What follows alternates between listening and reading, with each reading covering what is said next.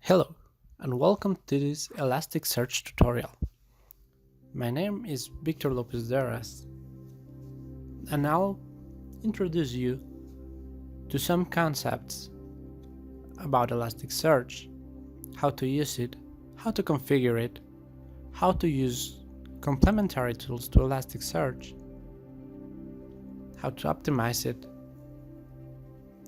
and a little bit of everything that you'll need in order to get started with ElasticSearch. First off, what is a search engine? A search engine is a system optimized for searching based on queries input by a user.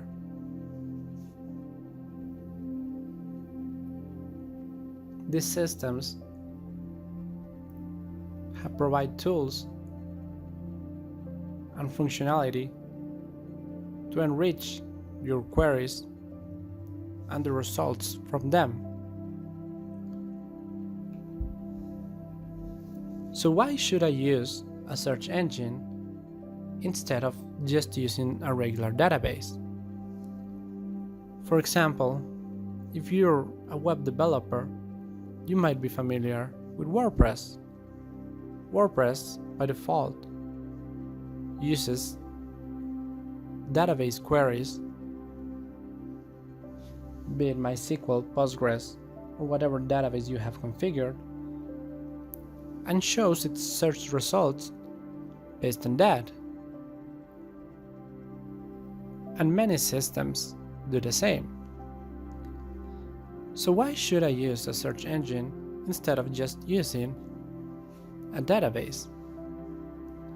First, a search engine is similar to a database, and in fact, most can be considered non-relational databases, but these are optimized for searching rather than storing the information. So the queries that you make to a search engine will be much faster than they would if you made them to a database engine. Also, search engines usually provide tools for providing better results, things that you would need to do manually if you were using a relational database manager.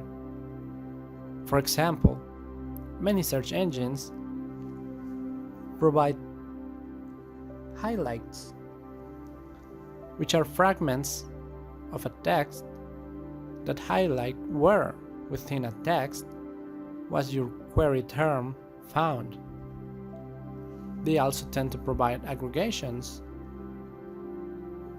so that you know, for example, how many posts each user has just from searching for content type post rather than doing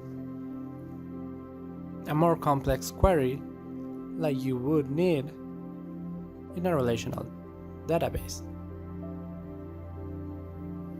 Finally, search engines are mostly created with both backend for indexing and frontend for querying in mind, meaning that it's easier to implement more complex functionalities using a search engine than they would when using a plain relational database. So now that we know what a search engine is, let's take a look at ElasticSearch. ElasticSearch is a search engine based on the Lucene library. The Lucene library is the same one that powers Solar, which is the other big search engine. ElasticSearch is schema-free, and it uses JSON documents to store its information.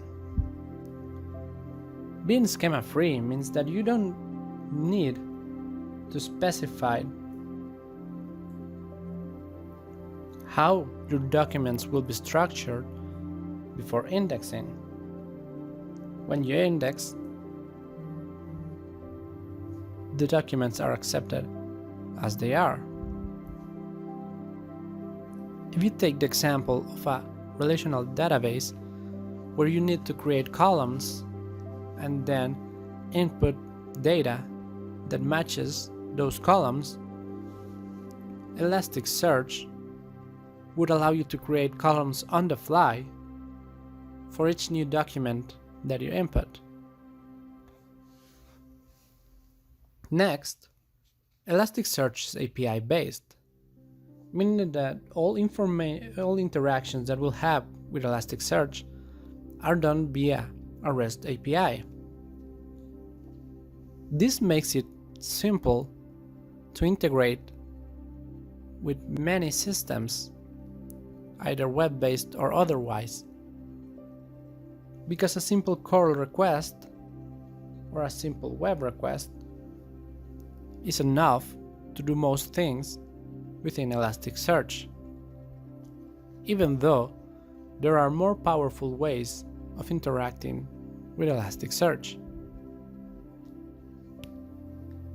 ElasticSearch runs on Java, but it comes bundled with its own Java version, so you don't need to worry about maintaining Java just for this tool. Instead, because ElasticSearch is API based on a REST API, even though ElasticSearch is Java based, you can integrate it with any project from any programming language that you use. All it needs to do is to be able to make HTTP requests to Elasticsearch to index and query for information. Finally, one big plus of ElasticSearch is that it contains or is part of a full ecosystem of complementary tools that enrich your ElasticSearch experience. Among these, in this tutorial, we review Logstash, which is a tool for ingesting information